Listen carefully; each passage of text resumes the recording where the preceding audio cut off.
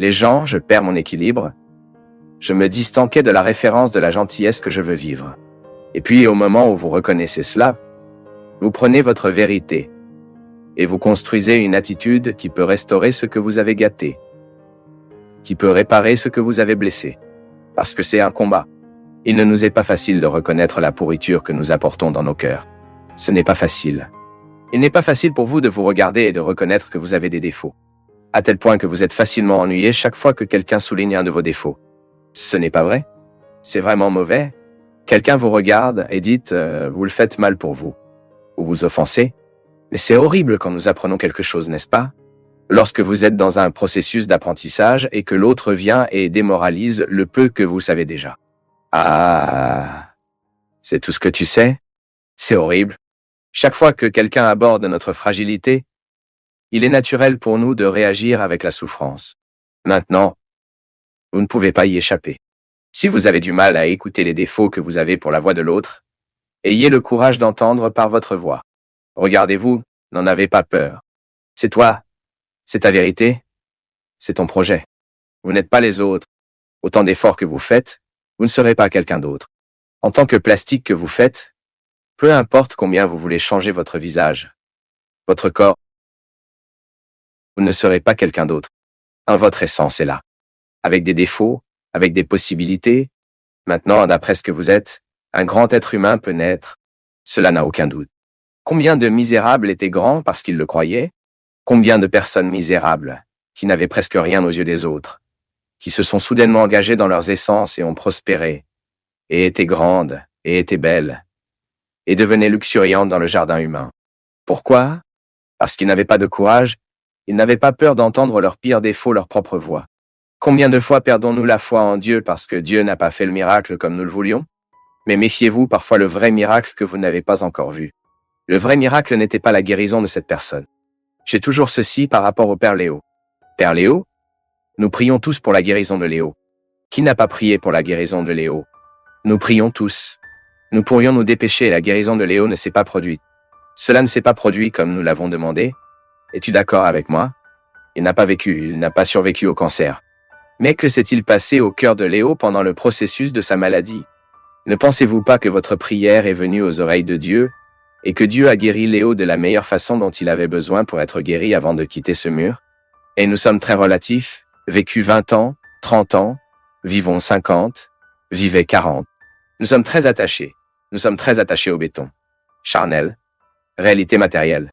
Le Père Léo fait un putain de manque d'évangélisation au Brésil. Je suis d'accord. Il manque dans ma vie. Combien de fois dans ma vie l'avez voulu après le match? Beaucoup de... Mais je ne peux pas m'accrocher à mon désir, à mes besoins. Le temps qu'il vivait était le moment où Dieu avait besoin de lui ici. Et je suis étonné de penser que notre prière n'a peut-être pas eu d'effet sur la façon dont nous voulions avoir. Mais il a trié d'autres manières. C'est très prétentieux de penser que Dieu fera ce que nous avons déterminé. Le plus beau, nous devons prier, c'est donner à Dieu la situation. Et maintenant, il prend soin. Nous ferons notre part. Nous chercherons le traitement. Nous allons rationaliser nos affaires. Nous entrerons dans la documentation. Nous chercherons nos droits. Nous nous battrons. Nous le ferons. Mais arriveront un moment où nous devrons laisser la grâce et l'action de Dieu nous atteindre comme il l'a décidé. C'est très fatigant, mon peuple. Je continue de voir cela dans ma vie. Comme c'est souvent fatigant et le processus devient encore plus fatigant quand je veux tout avoir entre mes mains.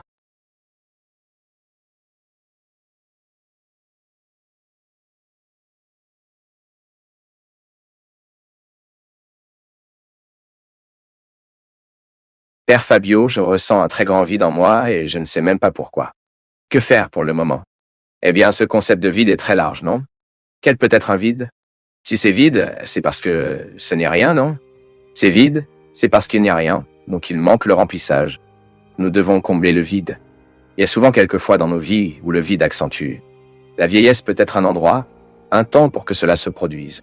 Puis soudain, la personne a été retirée, il a cessé de travailler, était ce vide. Qu'est-ce qu'elle en fait maintenant? Soit elle s'occupera des choses que dans sa jeunesse, elle ne pourrait pas faire, soit elle y restera dans cette oisiveté. Alors soudain, qu'est-ce qui est bon à éviter ce vide? Remplissez de bonnes choses. Une bonne lecture, une bonne influence. Je dis toujours que mon peuple, Les choses que nous nourrissons aujourd'hui grâce à notre lecture, le programme de l'après-midi que nous regardons, la musique que nous écoutons, tout cela remplit ou non nos vides. Quand avons-nous le sentiment que le vide a été rempli? Lorsque nous nous identifions positivement avec ce que nous vivons. Donc soudain, j'ai regardé un rapport ou une interview très intéressante. J'ai rempli le vide de cette époque que je passerais dans l'angoisse. Je suis allé en bonne compagnie d'une bonne réflexion. Une bonne réflexion. Donc, soudain, si je n'ai pas occupé ma tête avec de bonnes choses, cela a accentué mon vide. Si j'allais voir un programme de violence, de mauvaises choses, j'ai souligné mon vide. Pourquoi? Ce que je voulais, j'ai choisi, n'était pas une bonne histoire pour combler le vide. Donc, souvent, nous sommes ceux qui vont creuser ce vide. C'est la même chose que le médicament. Que fait la marijuana? Que fait la cocaïne? C'est le remplissage illusoire d'un vide. Le toxicomane ne veut que remplir le vide qu'il ressent en lui. Puis, il fume une mauvaise herbe, une cigarette de marijuana, il sent la cocaïne, il prend une tablette de LSD. Car il veut remplir ce moment. Il crée donc cet engourdissement, cette situation d'extasie, mais qui passe et qui a un effet, un rebond, comme on dit sur la médecine, qui aggrave l'effet plus tard. Il adoucit pendant un certain temps, mais revient encore pire. C'est pourquoi la dépendance est un cercle de destruction élevé. Car plus la personne utilise, plus elle veut utiliser. Car plus elle dépend de la cocaïne, plus le vide est grand. C'est comme si vous faisiez un trou, vous ne trouvez jamais le fond. Donc vous ne terminez jamais de creuser. Nos choix dans la vie, qu'ils remplissent ou non notre expérience humaine, et c'est le grand défi, mon peuple. Qu'est-ce que j'apporte aujourd'hui pour combler les vides de ma vie? Est-ce une bonne histoire? Est-ce solide? Est-ce que je choisis? Est-ce durable? Combien de temps me soutiendra-t-il tout au long de la vie? Nous avons besoin de savoir. C'est une question honnête que nous devons poser. En un autre jour, j'ai trouvé un couple qui souffrait beaucoup de rencontres saines. Et j'ai demandé, regardez, que choisissez-vous de rendre cette datation si insupportable? La datation est insupportable des autorisations et des choix du couple, n'est-ce pas? Ou croirons-nous à la malchance? Non, je ne crois pas à la malchance.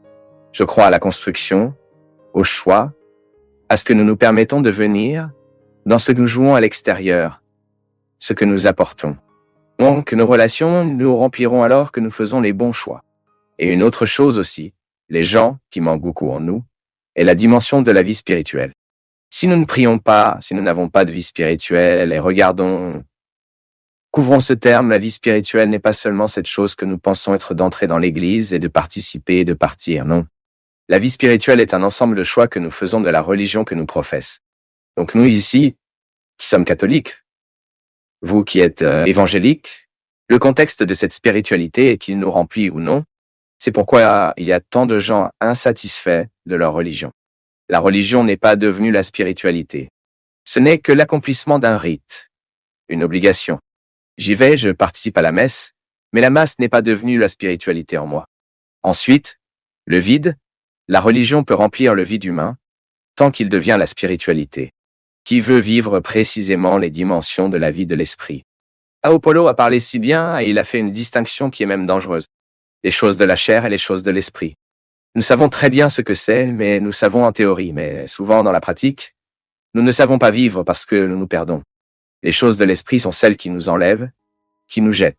Ce sont les bons mots que nous lisons à travers les lectures que nous faisons, à travers une parole de Dieu, de l'Évangile, à travers un psaume, à travers un coin de la liturgie, à travers une musique de message.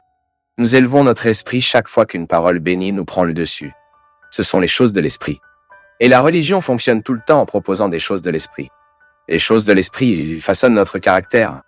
C'est pourquoi nous devons associer directement le principe religieux qui me règle et mes choix, ce que c'est mon personnage, ma capacité à être moi-même, à être vrai, à avoir une posture sérieuse. C'est ce que l'Église nous propose, non? L'Église nous propose. Mais ce n'est pas pour nous emprisonner, c'est pour nous apporter des soutiens afin que nous puissions avoir une vie spirituelle. Parce que s'il n'avait pas de règles, nous ne saurions pas comment nous soutenir, nous tomberons. L'appareil ecclésiastique entier de la liturgie, des rites, est au service de la vie spirituelle. C'est beau pour nous, par exemple, d'obtenir le livre de Teresa d'Avila, comment donne-t-il habituellement les titres, non? Écrit spirituel de Teresa d'Avila. Elle parle là-bas. Dans ce livre qu'elle montre, elle écrit sur les difficultés qu'elle doit sortir de ce monde de chair pour atteindre les choses de l'esprit. Et Teresa d'Avila est un expert pour le montrer avec beaucoup de poésie, avec beaucoup de réalité. Si vous n'avez pas eu l'occasion, lisez les écrits de Teresa d'Avila, vous serez fasciné, car cette femme est très humaine, et elle ne pratique pas une religion éthérée de ceux qui ne se mélangent pas avec la réalité. Non. Il dit qu'il y a une scène, je ne sais pas si c'est vrai, je ne sais pas non plus où il est écrit, alors elle dit qu'elle était là, je pense qu'elle était dans la salle de bain, faisant ses besoins, et ils disent le diable a soufflé un esprit, une mauvaise parole dans sa tête, Eza, une femme aussi pure que toi, faisant une chose aussi sale, a dit qu'elle tournait donc, parce que c'est ma chair, et tout ce que je fais, je vous propose que ce soit vrai, non, non, non. Stella, dans son hystère, et tout ce que je fais, je vous propose que ce soit vrai, non. Cela, dans son hystère. N'est-ce pas très intéressant? La personne peut prier lorsqu'elle fera les besoins. C'est la vie priante. Le père Léo était un expert en cela, pour prier la vie. Et Léo a parlé beaucoup de cette religion qui remplit le vide du cœur. Remplir le vide du cœur à travers une religion doit être une telle religion. Teresa d'Avila, père Léo, monteur Jonas Habib, qui fait du lieu de prière. C'est comme cette femme à venir, non? Avant de quitter la maison, elle frappe son mari, le perroquet, les garçons, la mangue balayo, et parle « Je dois aller à la messe et frapper tout le monde. » Pour l'amour de Dieu, la messe doit commencer avant, non? Ça ne fera personne pour y aller. Que parfois la personne, pour elle d'avoir une pratique religieuse, est agressive. Ou quand elle revient de messe, elle revient en frappant tout le monde. Car personne ne s'est mis à la messe avec elle. Bouquet de salauds, vous êtes tous en enfer. Puis la masse est devenue la spiritualité. Elle doit arriver heureuse. Les gars, la messe était si bonne. Je suis tellement en paix. Maintenant, c'est de retour avec ce visage en colère pour que nous réalisions qu'elle n'aimait pas que nous n'ayons pas disparu. Il n'est pas devenu la spiritualité, n'a pas commis le vide. Quand nous faisons ça, notre expérience est une expérience saine de la religion, c'est tout, non? Ce que je pratique d'un point de vue rituel, ma prière du texte, ma prière, ma dévotion. Enfin, quelle est votre pratique religieuse et ce qui fait partie du rite que vous célébrez? Vous devez extraire de ce rite la suggestion de ce rite, faites une vie pratique. C'est ce qu'il dit dans la parole de Saint Jacques, dans la lettre de James. Pas seulement fonctionne, pas seulement la foi. C'est la réconciliation de ces deux aspects. Ce que je crois m'amène à agir. Le contexte de ma religion m'amène à me comporter. Je suis soudainement sympathique pour être amical avec les personnes que nous trouvons, être gentil à qui nous trouvons, être accessible les unes aux autres. C'est si beau, non? Lorsque vous avez l'occasion d'établir des obligations et que la personne est ce que nous avons parlé dans le premier bloc, la personne n'a pas peur de se rapprocher parce qu'elle sait que vous êtes une personne religieuse. Votre religion casse le mur de la ville.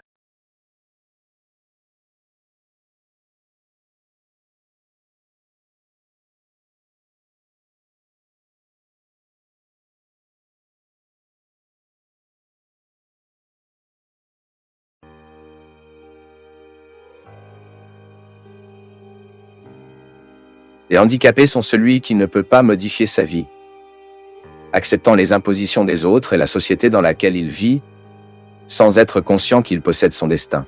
Crazy est celui qui ne cherche pas à être satisfait de ce qu'il a. L'aveugle est celui qui ne voit pas son voisin mourir de froid, de faim, de misère, et de seulement les yeux pour ses simples problèmes et ses petites douleurs. Deaf est celui qui n'a pas le temps d'entendre l'explosion d'un ami ou l'appel d'un frère, car il se dépêche toujours de travailler et veut sécuriser ses sous à la fin du mois. Muet est celui qui ne peut pas dire ce qu'elle ressent et se cache derrière les masques de l'hypocrisie. Paralytique est celui qui ne peut pas marcher vers ceux qui ont besoin de leur aide. Diabétique, le diabétique est celui qui ne peut pas être doux. Nain est celui qui ne sait pas comment laisser l'amour grandir. Et enfin, le pire des lacunes est d'être misérable. Car les misérables sont tous ceux qui ne peuvent pas parler à Dieu. L'amitié est un amour qui ne meurt jamais. Il est intéressant de noter que nous, les humains, sommes nés inachevés. De tous les êtres vivants, nous sommes les plus incomplets. Notre processus est lent. Vous êtes nés et non en mesure de se tenir debout, contrairement à un animal de cheval, par exemple. Le chiot naît avec beaucoup plus d'autonomie que l'être humain. Le chiot de bœuf, par exemple, une petite boîte, une patte dans le pâturage, il a beaucoup plus d'autonomie en tant qu'être vivant que nous quand nous sommes nés. Nous manquons tout le temps des soins des gens qui nous aiment. Nous avons besoin de tout le temps des soins de base pour notre survie, car sinon nous mourrons. C'est dans ce processus que nous commençons à ressentir les lacunes en nous. Ce sont les lacunes qui nous montrent et qui nous exposent comme fragiles en tant qu'êtres humains. Mais les véritables lacunes ne sont pas celles-ci. Ce sont d'autres que nous acquérons tout au long de notre vie, ou même des valeurs que nous ne parvenons pas à acquérir, qui créent des lacunes en nous. Et le poète parle si magnifiquement, non? Déaf est celui qui n'a pas le temps d'entendre l'explosion d'un ami. L'aveugle est celui qui ne voit pas son voisin mourir de froid. Crazy est celui qui ne cherche pas à être satisfait de ce qu'il a. Paralytique est celui qui ne peut pas marcher vers ceux qui ont besoin d'aide. J'ai déjà trouvé beaucoup de gens handicapés physiques, mais avec des handicaps physiques qui n'ont pas pu atteindre leur âme. Ce sont des gens qui sont vivants, qui donnent un merveilleux témoignage de vie là-bas, piégés dans un fauteuil roulant, ou même dans un lit. Sinon, dans d'autres situations contraires, nous découvrons les gens en santé avec de nombreux handicaps dans l'âme. C'est la vie et son contraire. Et nous avons tout le temps besoin de passer par l'expérience de savoir où se trouvent nos handicaps. Je me souviens qu'une fois que le père Léo a été très joliment assisté, donc à un rendez-vous avec lequel nous participions à Vessil en brusque, il racontait l'histoire d'une fille handicapée qu'il a trouvée, qu'elle avait des défauts sur tout le corps, de nombreux défauts. Et au moment de la prière, merci, il dit qu'elle a prié comme ça, je voulais remercier Dieu parce que mes plus grands défauts que je ne peux pas cacher. Mes plus grands défauts sont tous exposés. Une façon intéressante de gérer le handicap, une façon intéressante de faire face à la disharmonie corporelle, à la recherche d'harmonie intérieure. À la recherche de cela qui fait vraiment une différence dans le monde, l'harmonie intérieure, cette architecture de l'âme. Pourquoi est-ce que je souffre autant pour quelqu'un qui ne correspond pas à mon amour? Votre réponse est déjà dans votre question. Vous souffrez tellement parce que la personne ne correspond pas, non? C'est la chose la plus difficile qui soit. Il y a une terrible souffrance dans le monde. Le plus dur, il n'y a pas. Il y a tellement pire que ça, n'est-ce pas? Douleur du coup de tout le monde a eu une journée. La première chose, nous devons être prudents au moment où vous avez ces passions folles pour les autres, non? Ce sont généralement des passions impossibles. Ce qui nourrit ce sentiment est une impossibilité précisément. Plus vous pensez qu'il est difficile de conquérir cette personne, plus vous vous sentez séduit pour eux. Attention à cela. Ce n'est pas de l'amour. C'est un désir de gagner. Ce n'est pas un désir d'aimer. Et souvent, nous sommes très injustes envers nous et l'autre. C'est égal à la vitrine. Vous avez vu que les vêtements dans la vitrine sont toujours beaux. Et quand vous se portez, n'est-ce pas comme vous l'étiez? Parce que le mannequin est parfait, il n'y a pas de graisse. Tout est en ordre. C'est un mensonge. Ça ne restera pas. L'amour, cet amour impossible, est similaire aux vêtements dans la vitrine. Cela vous survit tellement imaginer. Plus vous imaginez que ce sera beau, vous êtes avec cette personne. Plus vous idéalisez le processus d'être avec cette personne, plus votre souffrance est grande. À tel point que ce genre de réalité, il est nourri précisément à faire, est presque un processus inconscient. Le plus grand de tous les désirs est à désirer. Donc, lorsque vous trouvez quelqu'un qui semble correspondre à votre désir, vous voulez qu'il vous veuille aussi. Parce que c'est une façon dont vous devez rester en vie. Mais cette passion, elle se termine juste au moment où vous l'atteignez. Soyez donc prudent, car ces idéalisations sont qu'elles génèrent beaucoup de souffrance. L'amour, quand c'est un véritable amour, vous avez un facile à libérer l'autre. Écoutez, ce n'est pas pour moi. Autant que je vous aime, autant que je vous veux bien, et je pense que vous ne le faites pas. Alors, je le laisse. Maintenant, si c'est la fixation, vous aurez du mal à vous laisser quitter votre vie. Vous passerez toute votre vie en imaginant avoir cette personne. Alors pourquoi souffrez-vous autant lorsque vous n'êtes pas correspondant à cet amour? C'est parce qu'il n'est peut-être pas de l'amour. Soyez juste une projection, une idéalisation que vous avez faite de cette personne. C'est cette vieille histoire. Je sais qui je suis. Les autres m'imaginent. Vous savez qui vous êtes. Les autres vous imaginent. Et tout comme les autres nous imaginons aussi les autres. Et souvent, nous tombons amoureux non pas de ce que l'autre est, mais c'est pour ce que nous imaginons l'autre. Et il y a le grand danger et la source de toutes les souffrances. Les gars, c'est intéressant, mais moins nous avons de clarté, plus il nous cause de la souffrance que ces choses nous causent. Vous pouvez voir, nous affronterons beaucoup ici sur les mères qui appellent « Arrête de perdre mon fils ». Ma souffrance est très géniale. Savez-vous pourquoi c'est si grand? C'est parce qu'en fait, au début, on ne peut pas identifier ce qui les fait souffrir. C'est un groupe de raisons. C'est la perte de l'enfant. C'est la perte de famille.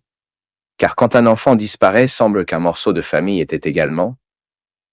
C'est la perte d'une série de significations que la personne y a construite à l'intérieur de la maison. C'est la perte de matérialité de la personne. C'est la perte de présence physique. C'est la perte d'odeur. C'est la perte du câlin. C'est une série de choses. Et moi, nous savons ce que nous avons perdu, mais nous souffrons. Est impressionnant. Parce que la souffrance, elle est diminuée comme nous pouvons rationaliser. C'est cette vieille histoire. J'ai perdu ma montre. Cela me fait donc une grande souffrance. Et cette souffrance m'amène généralement à une insuffisance. Je ne peux pas réfléchir à cela. Quand je peux rationaliser, les gens regardent aller et venir. Ce n'est pas la seule horloge au monde. Je ne suis pas la seule personne à avoir perdu une horloge. Vous commencez à apporter des arguments qui sont directement liés à votre intelligence, et vous mettez bientôt cette horloge à un bon endroit en vous. J'ai perdu, mais je ne perdrai pas beaucoup plus que je ne l'ai déjà perdu. Et parfois dans nos vies, nous souffrons trop parce que nous ne pouvons pas rationaliser. Je le dis toujours, il commence à regarder les défauts à voir. Faites un peu plus d'attention aux défauts, afin que vous puissiez être un peu déçus, pour voir si vous survivez, alors, au moins quelque chose, plus facile à gérer. Parce que cette passion écrasante, elle met les gens presque dans un état de stupidité. Ne peut pas lire un défaut. Ne peut rien lire. C'est tellement parfait. C'est tellement beau, merveilleux, qu'elle est capable de laisser tomber sa famille et de partir en vivre avec une autre. Et bien sûr, quand la réalité arrive, il y a des gens qui le font quand ils tombent en réalité. Pourquoi? La réalité ne correspond pas à ce que vous aviez rêvé. Peu importe où vous vous êtes arrêté, quel que soit le moment de la vie que vous avez fatigué, ce qui compte, c'est qu'il est toujours possible de recommencer. Vous devez recommencer. Commencer, c'est vous donner une nouvelle chance. Cela renouvelle des espoirs dans la vie, et surtout, croyez en vous, à nouveau. Avez-vous beaucoup souffert pendant cette période? À pleurer beaucoup? C'était le nettoyage de l'âme. Vous êtes-vous en colère contre les gens? C'était pour leur pardonner un jour. Vous ne vous sentiez que plusieurs fois? C'est parce que vous avez fermé la porte aux anges. Croyez que tout était perdu? Ce fut le début de votre amélioration. Oui, maintenant il est temps de redémarrer, de penser à la lumière, de retrouver le plaisir dans les choses simples. Que diriez-vous d'une coupe de cheveux audacieuse différente? Un nouveau cours ou cet ancien désir d'apprendre à peindre, dessiner, maîtriser l'ordinateur ou autre chose? Regardez combien je défie. Vous sentez-vous seul? Non-sens. Il y a tellement de gens que vous avez partis, que vous avez poussé avec votre période d'isolement. Il y a tellement de gens qui n'attendent qu'un seul sourire pour s'approcher. Lorsque nous nous trouvons en tristesse, nous ne nous endurons même pas. Nous étions horribles. La mauvaise humeur consiste à manger notre foie jusqu'à ce que la bouche soit amère. Au démarrage. Aujourd'hui est une bonne journée pour commencer de nouveaux défis. Où voulez-vous obtenir? Allez fort? Rêve fort. Je veux le meilleur des meilleurs. Je veux de bonnes choses pour lui. En pensant comme ça, nous nous apportons ce que nous voulons. Si nous pensons petit, petites choses que nous aurons. Déjà, si nous souhaitons fortement le meilleur et que nous nous battons surtout pour le meilleur s'installera dans nos vies. Et c'est aujourd'hui le jour du nettoyage mental. Jouez tout ce qui vous tient dans le passé. Le petit monde des choses tristes, des photos, des vêtements, des puces, des billets de cinéma, des billets de voyage, et toute cette blague que nous gardons lorsque nous pensons que nous sommes amoureux. Jetez le tout, mais videz principalement votre cœur. Restez prêts pour la vie, pour retrouver l'amour. N'oubliez pas que nous sommes passionnables. Nous sommes toujours capables d'aimer et d'être aimés. Aime plusieurs fois. Beaucoup de gens. Après tout, nous sommes l'amour. Parce que j'ai la taille de ce que je vois.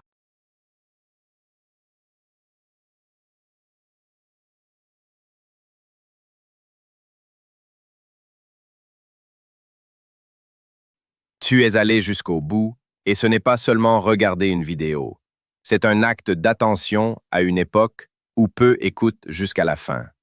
Dis-nous en commentaire d'où tu nous suis, et si tu le souhaites, partage ce contenu avec quelqu'un qui lui donnera autant de valeur que toi. Merci, une grande accolade, et à très bientôt.